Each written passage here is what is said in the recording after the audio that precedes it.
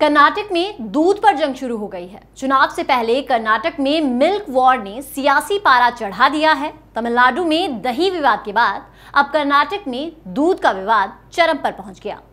दो बड़े दूध ब्रांड आमने सामने आ गए हैं। अमूल मिल्क और नंदिनी दूध पर राजनीति गर्मा गई है। रविवार को ही बेंगलुरु के एक होटल संगठन बृहद बेंगलुरु होटल्स एसोसिएशन ने ऐलान किया कि वो शहर में अमूल के उत्पादों का इस्तेमाल नहीं करेंगी और कर्नाटक के स्थानीय किसानों को समर्थन देने के लिए सिर्फ लोकल ब्रांड नंदिनी का ही प्रयोग करेंगे। चौंकाने वाली बात यह है कि होटल एसोसिएशन के इस फैसले से पहले ही कांग्रेस नेता सिद्धारमैया ने अमूल ब्रांड का विरोध किया था और चुनाव से पहले इसे अहम राजनीतिक मुद्दा बना दिया। मामले पर कर्नाटक कांग्रेस प्रमुख DK शिव कुमार का भी बयान आया था।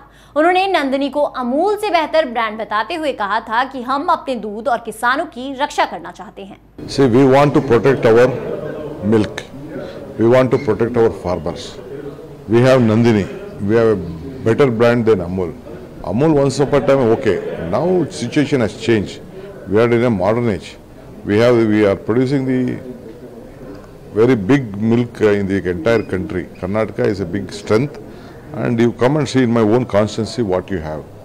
Better than the Amul, we have a modern producing unit of milk and various allied products.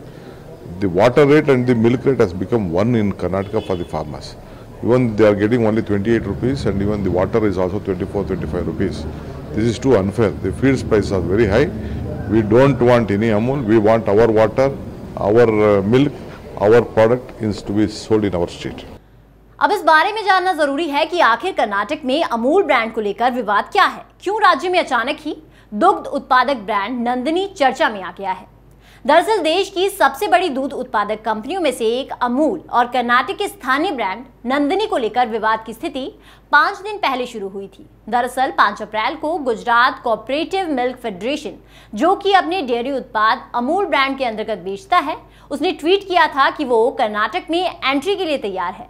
Amul ने ट्विटर हैंडल पर लिखा, दूध और दही के साथ ताजेपन की एक नई लहर जल्द बेंगलुरु आ रही है। इस पर ज्यादा जानकारी जल्द, लॉन्च अलर्ट।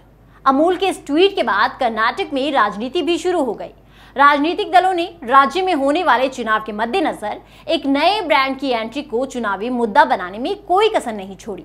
अमूल के ट्वीट के बाद ट्विटर पर नंदिनी को बचाओ #सेव नंदिनी और अमूल वापस जाओ #गो बैक अमूल जैसे हैशटैग ट्रेंड होने लगे। अमूल और नंदिनी दूध के विवाद ने राजनीतिक रंग ले लिया है और ये राजनीति कब तक चलेगी ये देखना बाकी है।